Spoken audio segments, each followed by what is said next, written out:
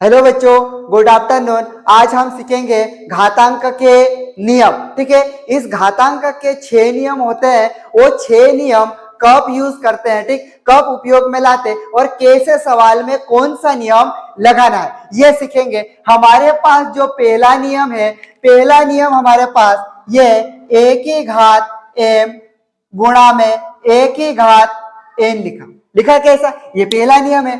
तो हम क्या करेंगे, जब ये जो लिखा हुआ a गुणित a, इस a गुणित a को हम बोलते हैं आधार। क्या बोलोगे? आधार। ठीक, a गुणा में a लिखा, इस a को हम बोल देंगे आधार, और आधार को इंग्लिश में हम बोल देते हैं बेस। क्या बोल दोगे? बेस। फिर उसके बाद ये जो ऊपर इसकी खोपड़ी में लिखा, ये लिखा m और ये लिखा n, इन दोनों को हम बोल देंगे क्या? घातांक। क्या बोल देंगे? घातांक। ठीक है, अब हम क्या करेंगे, ऐसे सवाल आता है, इस वाले जो रूल को हम हल करेंगे तो कैसा बनेगा? बराबर यहाँ पे a है, यहाँ पे a है, आप इसको कितनी बार लिखोगे? एक बार। ये ऊपर इसकी a की घात n और a की घात n, ठीक है, a की घात m और a की घात n, उनकी घातें क्या हो जाएगी? जुड़ जाएगी। ये कैसा नियम है? पहला नियम। ठीक है, पहला नियम है घातांक का। आप ये नियम पहला बना हुआ है, अब इसके ऊपर हम लोग सवाल करके देखेंगे कैसे करेंगे। पहले हम लोग एक्स वाले सवाल को ले लेते हैं, उसके बाद संख्या वाले को ले लेंगे। हमारे पास यहाँ पे एक्स है, कितना है? एक्स, और एक्स की घात मेरे पास यहाँ पे कितनी है? 3। यहाँ पे गुणा लिख दे और एक्स की घात हम लिख दे यहाँ पे 2।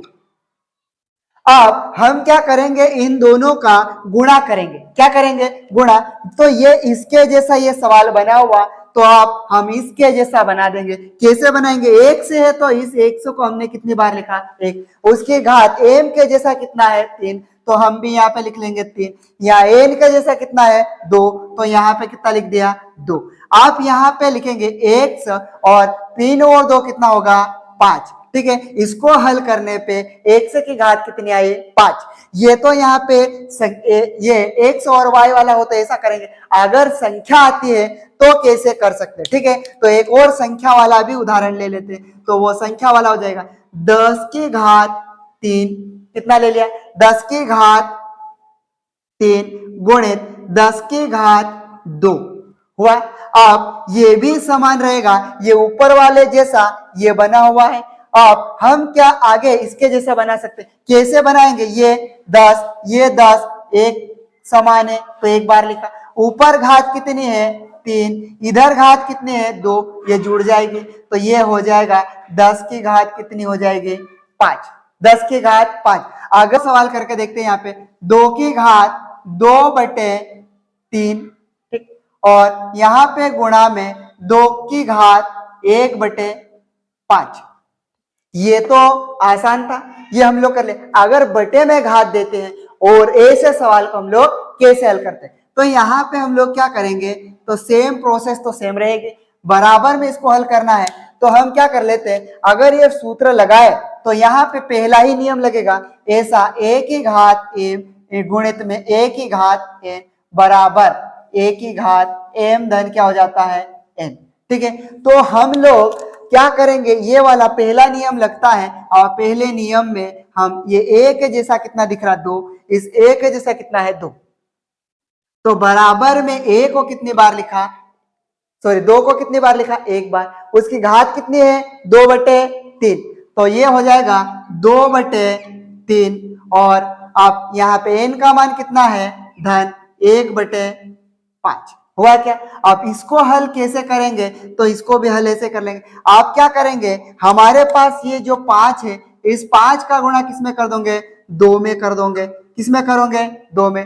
5 क्या? 5 5 दूना 10, ठीक है। फिर चिन्ह किसका आया? धन का, तो धन लगा ले। इस 3 का गुणा किसमें करोगे? 1 में। 3 का 3 बटे में इन दोनों का गुणा करोगे, 3 गुणित 5, ठीक, कोष्टक लगा लोगे, बराबर 2 का कितना लिखा? 2। 10 और 3 कितना होगा? 13, बटे में कितना होगा? दोनों का गुणा कर देंगे, 3 पंजे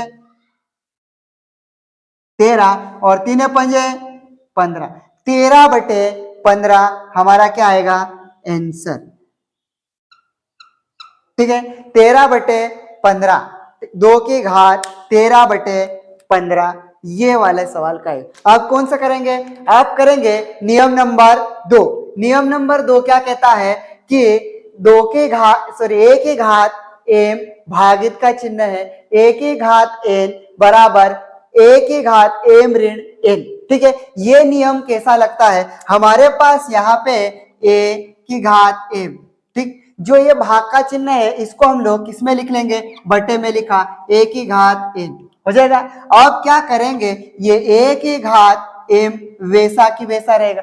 अब जो बटे में है, भाग में है, उसको कहां ले जाएंगे? ऊपर, मतलब गुणा में ले जाएंगे, तो ये गुणा का चिन्ह लगा दिया। अब इसकी घात n है वो धन की है, आप इसको किसकी बना देंगे? ऋण की बना देंगे। किसके बना देंगे? ऋण की। अब वापस से ये दोनों कैसा हो गया? एक समान हो गया। एक समान है तो इसको कितनी बार लिख देंगे? एक बार। और उसकी घातें क्या हो जाएगी? जुड़ जाएगी। m ऋण कितना हो जाएगा? n। क्यों हुआ? तो इसकी घातें जुड़ती, m धन कितना होगा? n। लेकिन यह n किसका है? तो ऋण का है। किसका है? ऋण का। धन का गुणा ऋण के साथ होता तो क्या बन जाता? ऋण का। इसीलिए यहाँ पे a की घात m ऋण क्या बन गया? n। आप ये वाला जो नियम है इसको अगर उदाहरण के तौर पे समझे तो मैं x की घात यहाँ पे 5 लिख दूं। कितना लिख दो? 5। और उसके बटे में मैं x की घात 3 लिख दिया। कितना लिख दिया? 3। ये सवाल हो गया। आप इस सवाल को हम लोग हल करेंगे तो ये जो ऊपर है बट गुणा में वो x की घात 5 तो वैसा की वैसा रहेगा। जो भाग में उसको हम लोग कहाँ ले जाएंगे? गुणा में। तो गुणा में ले जाएंगे तो उसकी घातों का चिन्ह बदल जाता है। आप यहाँ कुछ दिखाई नहीं दे रहा, मतलब धन का चिन्ह है तो ऊपर गया गुणा में तो किसका बन गया?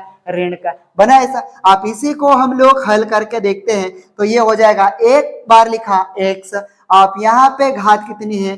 5, यहाँ पे घात कितनी है? ऋण का 3। हम इसको हल करेंगे तो x का x, 5 में से 3 कम हो जाएंगे, कितना बचेगा? 2। कितना बचेगा? 2।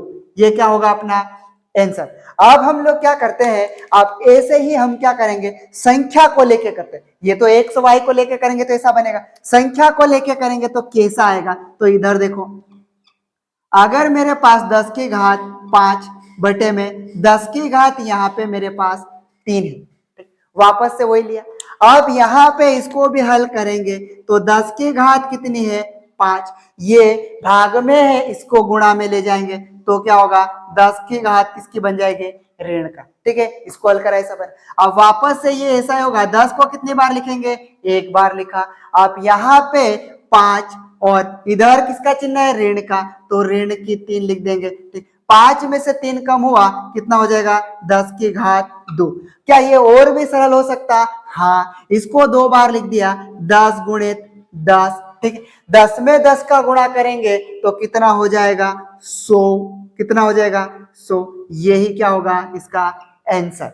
आप इस नियम नंबर 2 के अंदर ही आप ऐसा 7 की घात 1/5 भाग 7 की घात 1/3, आप इसको हम लोग इसी नियम नंबर 2 के साथ ही करेंगे। ठीक है, तो कैसा होगा? यहाँ पे सबसे पहले हम लिखेंगे इसको 7 1/5, फिर ये भाग का चिन्ह है तो ऐसा बटे में लगा दिया, 7 की घात 1/3 बराबर, ऐसा लिख लिया 7 की घात 1/5। फिर उसके बाद हम लोग जो भाग में उसको गुणा में बदल देंगे तो ये लिख दिया 7, इसका चिन्ह दिखाई नहीं दे रहा, मतलब किसका होगा? धन का, तो ऋण का 1 कितना लिख दिया? 3। अब क्या करेंगे? वापस से इसके जैसा बन चुका और हमको इसके जैसा बनाना है तो 7 को कितनी बार लिखा? एक बार। और यहाँ कोष्टक लगा लेंगे, 1 कितना है? 5। चिन्ह किसका है? ऋण का। 1/3 है तो 3 लिख दिया। लिखा क्या ऐसा? अब हम क्या करेंगे इसको, तो आप यहाँ पे आपको कुछ समझ में नहीं आया, कुछ नहीं करना, तिरछा गुणा कर दोगे। यहाँ पे 7 का 7, 3 का गुणा 1 में किया तो कितना होगा? 3। इस 5 का गुणा किसमें करेंगे? 1 में, तो किसका चिन्ह किसका है? बीच में ऋण का है, तो 5 एकम 5 बटे में क्या करेंगे? 5 गुणित 3, दोनों का गुणा कर देंगे बराबर 7 का 7। 5 में से 3 कम करेंगे, कितना बचेगा? 2। लेकिन चिन्ह बड़ा किसका है? ऋण का, तो हम लोग यहाँ पे क्या लगा देंगे? ऋण का। और 5 का गुणा 3 में करा, कितना होगा? 3 पंजे 15। यही क्या होगा अपना आंसर। ठीक है, यही क्या होगा अपना आंसर। ठीक है, यहां तक ये ऐसे सवाल को हम लोग करते हैं। क्या करेंगे? अगला नियम कौन सा आया? तीसरा, रूल नंबर 3। अब क्या करेंगे हम लोग? हमारे पास यहाँ पे a की घात m और ये कोष्टक लगा के उसके पूरे की घात कितनी दे रखी? n। अब हम क्या करेंगे?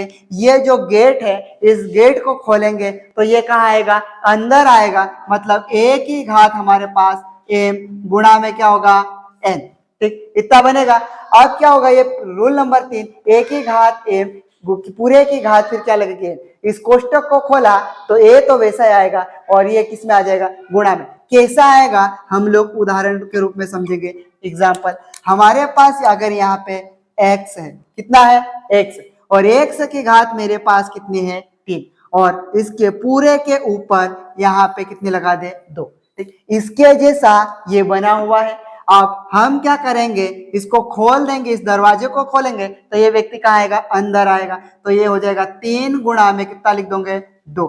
इसका गुणा करेंगे तो कितना आएगा? 2 का गुणा 3 में कराया, फिर 3 का गुणा 2 में करेंगे, कितना होगा? x की घात 6, 3 दूना 6। ठीक है, ये हो गया। अगर हमारे पास संख्या आती तो संख्या वाले सवाल को अपन कैसा करेंगे वो भी देख लेते। अगर यहाँ पे मेरे पास 5 कितना है? 5 की घात 2 और पूरे की घात मेरे पास 7 है। वापस इसके जैसा ये बना हुआ है तो हम इसको बना लेंगे। 5 का मैंने कितना लिखा? 5। इसकी घात कितनी है? 2, गुणा में कितना आएगा? 7। तो ये 7 लिख दिया। तो ये 2 का गुणा इसके साथ होगा कि इसके साथ होगा? नहीं, ऊपर ऊपर गुणा होगा। 5 का कितना होगा? 5। तो 7 काम 7, 7 दूने 14, 5 की घात कितनी आएगी? 14। ठीक है, ये हमारा क्या होगा? इसका आंसर। और अगर बटे वाली संख्या होगी तो कैसे करेंगे? ठीक है, तो अगला उदाहरण के रूप में समझ जाते हैं। ठीक, यहाँ पे मैं लिख दूं 32 और 32 की घात 1/5। ये ऐसा सवाल था, हमने इसको ऐसा हल कर सकते थे। अब हमारे पास ऐसा सवाल आएगा तो फिर कैसे करेंगे? आपको कुछ नहीं करना, ये जो 32 है इधर लाओगे और इसका हम क्या कर सकते हैं? गुणनखंड कर देंगे। क्या कर देंगे? गुणनखंड। ठीक है, तो गुणनखंड करेंगे। पीछे कैसे संख्या है? मतलब 2 दिख रहा है तो 2 के पहाड़े से कट जाएगा। 2 एका 2, कितना बचा? 1, कितना बन जाएगा? ये 12। तो 2 6 12, 32 का आधा कितना होता? 16। फिर 2 से 2 अठे 16, फिर 2 चौक 8, फिर 2 दूना 4, फिर 2 एका 2। अब सही है गलत कैसे चेक करेंगे? 1 का गुणा 2 में किया 2, 2 का गुणा 2 में किया 4, 4 का गुणा 2 में किया 8, 8 एकम 8, 8 दूने 16, 16 एकम 16 दूना 32। हमारा आंसर क्या होगा? सही। अब गिनो 1 2 3 4 5, कितनी बार आया? 5। तो हम इस ऐसे सवाल को लिख सकते हैं। कैसे लिख दोगे? 2 की घात 5, कितने लिख दोगे? 2 की घात 5, 1 2 3 4 5। उसके ऊपर घात कितने लगी हुई है? 1/5। क्या हमारे पास रूल नंबर 3 यूज हो रहा है? हाँ, हो रहा है। फिर ये हो जाएगा 2 की घात कितने? 5। इस कोष्टक को खोलेंगे, 1 कितना आएगा?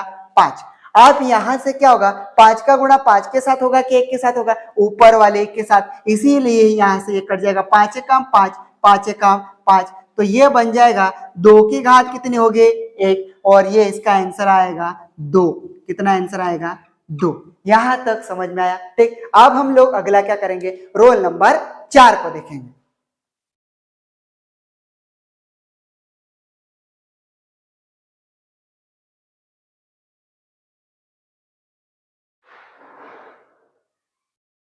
अब क्या करेंगे? नियम नंबर 4, रूल नंबर 4 क्या होगा वो देखते हैं। अगर हमारे पास ये रूल नंबर 4 क्या कह रहा है? a की घात m, ठीक, a की घात m गुणा में b की घात क्या होगी?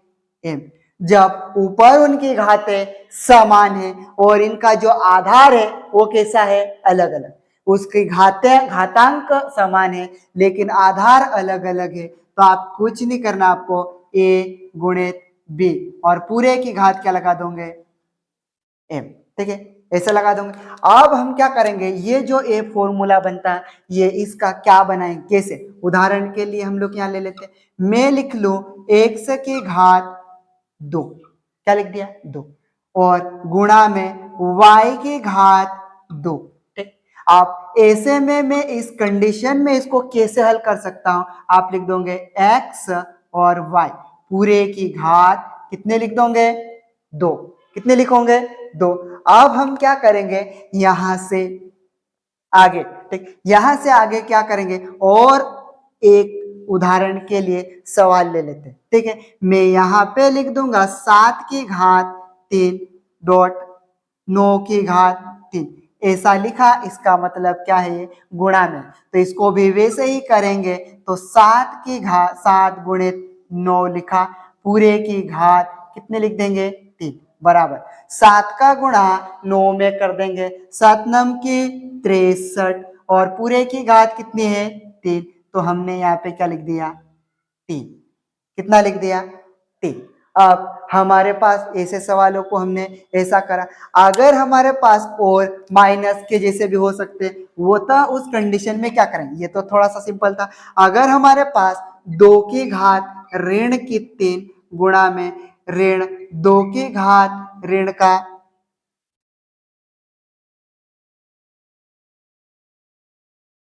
ऐसा सवाल भी आ सकता। ठीक है, तो यह 2 की घात ऋण का 3 गुणा में ऋण 7 की घात ऋण का 3। ठीक है, अब क्या करेंगे हम लोग, इसको भी सेम प्रोसेस रखेंगे। 2 का 2 लिखा और गुणित ऋण का 7 है तो 7 लिखा, पूरे की घात हमारे पास ऋण की कितनी है 3 एक बार लिखा। आप यहाँ पे इसके पास चिन्ह किसका है, कुछ दिखाई नहीं दे रहा धन का, इसके पास किसका है ऋण का। धन का गुणा ऋण के साथ करते हैं तो उत्तर किसका आता, ऋण का आता। 7 का गुणा 2 में करोगे कितना आएगा 14 आएगा और पूरे की घात कितनी है ऋण की कितनी 3 है। कितना है ऋण का 3। ऐसे वाले सवाल को हम लोग ऐसे करेंगे। ठीक है, अब हम लोग आया 5। नियम नंबर 5 क्या कहता है, हमारे पास अगर ये a की घात 0 रहती, ठीक है, a की घात 0 है तो यहाँ पे इसका मान 1 हो जाता, कह रहा कितना हो जा रहा बोल रहा 1। अगर हमारे पास किसी भी संख्या की घात 0 हो जाती उसको क्या बोलते 1। अगर यहाँ पे हमारे पास 1 से की घात 0 मतलब कितना होना चाहिए 1, कितना होगा 1। अगर हमारे पास 2 की घात 0 इसका मतलब कितना होगा 1, कितना होगा 1।